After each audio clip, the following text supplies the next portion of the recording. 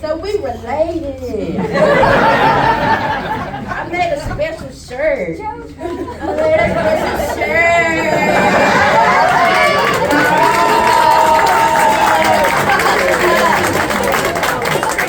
I am home. I made the big journey, that long journey to Raleigh. Don't live here anymore, but my grandma always told me when she's in the back, and she's gonna laugh because I'm the favorite, and she always laughs at everything I say. But don't tell my sister or my nephew or my son or my other great. Wait a minute. Let me back up.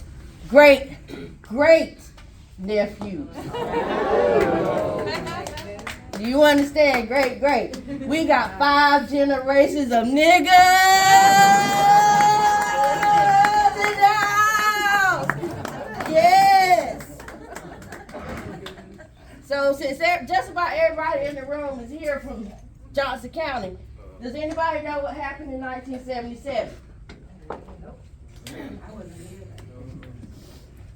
No, nobody. Oh shit. So I made that long journey across the county to start a new life.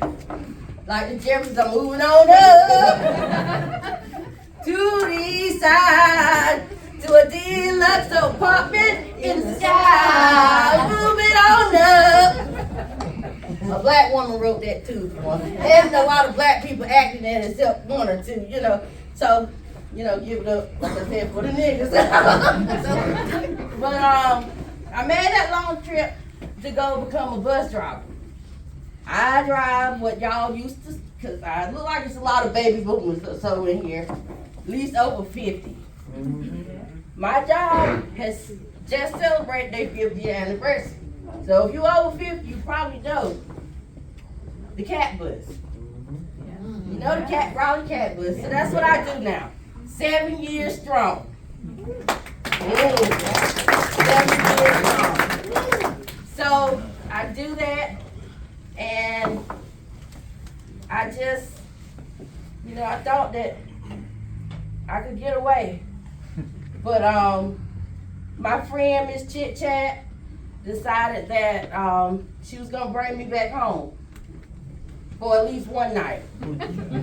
if y'all, just at least one night. But since nobody knows what happened in 1977, 1977 was the year they took the Ku Klux Klan sign out of the front of Smithfield.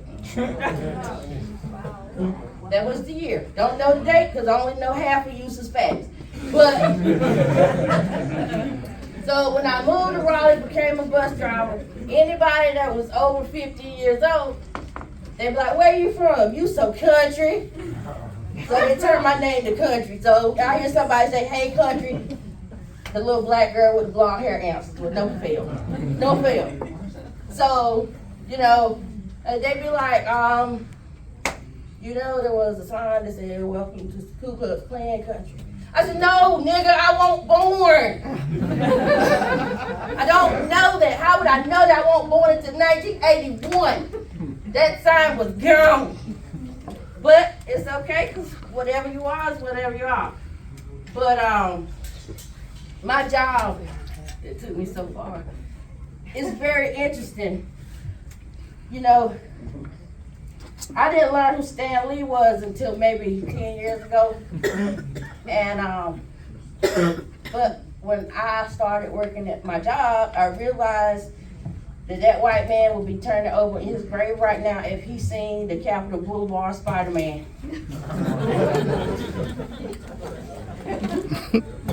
This man walks around, he has a beard, he can make it to a bar, and he's homeless, and he stinks real bad. And so I no, you can't ride because all you want to do is drink and cause problems and talk about women with beards that you want to have sex with. I don't want to hear that. So Spider-Man, you will not ride my bus. Spider-Man made it his mission to let me know that I was the ugliest blonde bitch he ever met in his life.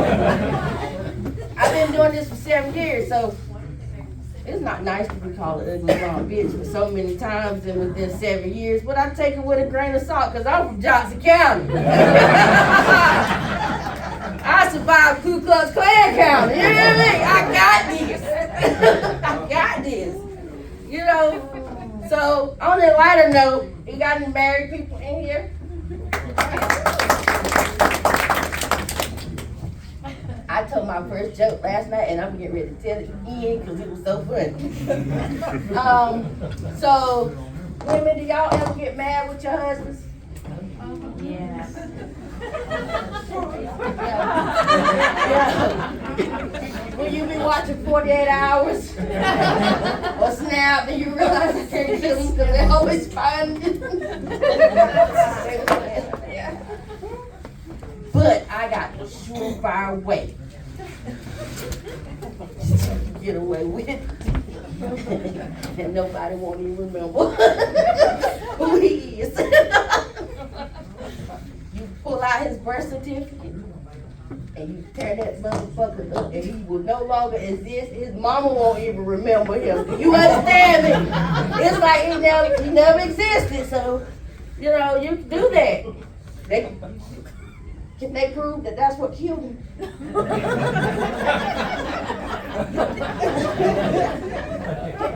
they prove?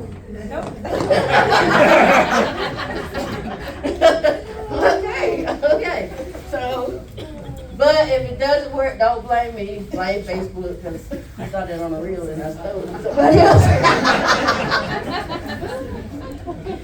But, you know, at the end of the day, this is my home. I've done a lot of shit. And no, not in Raleigh. I ain't done shit in Raleigh. I've done a lot of shit in Johnston County, Smithfield, North Carolina.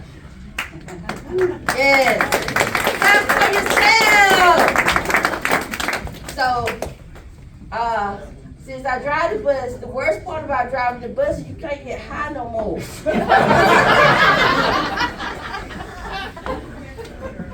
We don't have to get high on the bus. I mean, we can get high before we go. And have a little and break and come right back, just like, you know, it's gonna be legal one day, maybe. Maybe. The Trump in here, it might be legal. You make it smoke meth in the middle of Times Square and get away with it. But okay. So I can't get high no more. So I used to work at Outback. Anybody ate at Outback from the time it opened? Like, this is your favorite spot? You have ate my cookie.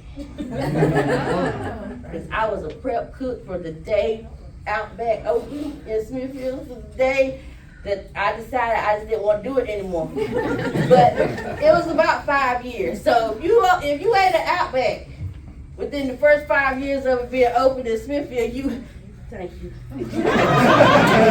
I have caused you high blood pressure. I have caused you diabetes. I have caused you heart congestion and all that other good shit that you think you're living off of with all these pills. Yes, thank you. And I was very good at it, but you know, that's a whole nother story because I could get high there.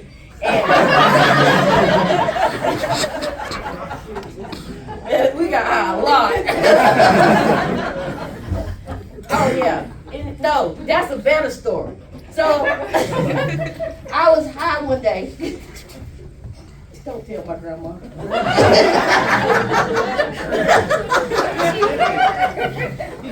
So I was high one day and I left my house and I usually didn't leave the door locked. I lived in far out there on the other, it's close to Micro, and then you hear from Johnston County, you know, Micro ain't but a hop, skip, and a jump away from Selma. So I was like, fuck it, who the fuck gonna come in my house out here in the middle of the woods where you might get attacked by a fucking werewolf?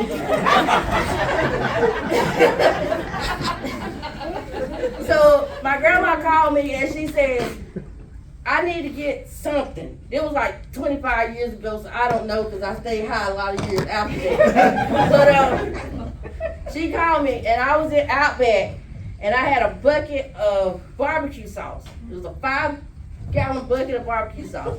You had to use a big-ass butcher knife to open it. You had to get down there and pull the thing, the plastic thing, you know, rip the thing around to open it. So my grandma called, and I was like, okay, fuck it, it's in there. And I went in there to pull that knife, and I was like, oh shit, my weed is on the dresser, and stabbed myself in the damn leg. Oh, it paid to be high that day. I ain't feel shit. That man looked at my leg and he said, you know your sock is red. I think you bleeding. I said, fuck, I don't give a fuck about my leg except the fact my grandma might find my weed on my dresser. And that's gonna happen when I get home, because what y'all got, niggas, I ain't gonna have when I get home. But I was born and raised in Johnston County. I love Johnston County. I love Smithfield, though y'all keep changing the roads. Anybody out here work for the, I don't know, I should know because I drive on the roads. The place that make the directions of the road? No? You know somebody? Y'all are white. You know somebody. Now, this some bullshit. I don't know my own city that I grew up in for 30-something years. This some bullshit. So I know white people could get shit out because y'all motherfuckers took all the damn lights out in Raleigh, the camera lights. I know y'all did. Somebody that traveled in Raleigh during the time before they took those camera lights down. I know you did it because Johnston County gets shit done. Y'all have a good night. Give it up for the Joe Cole Queen here, right? Give it up for the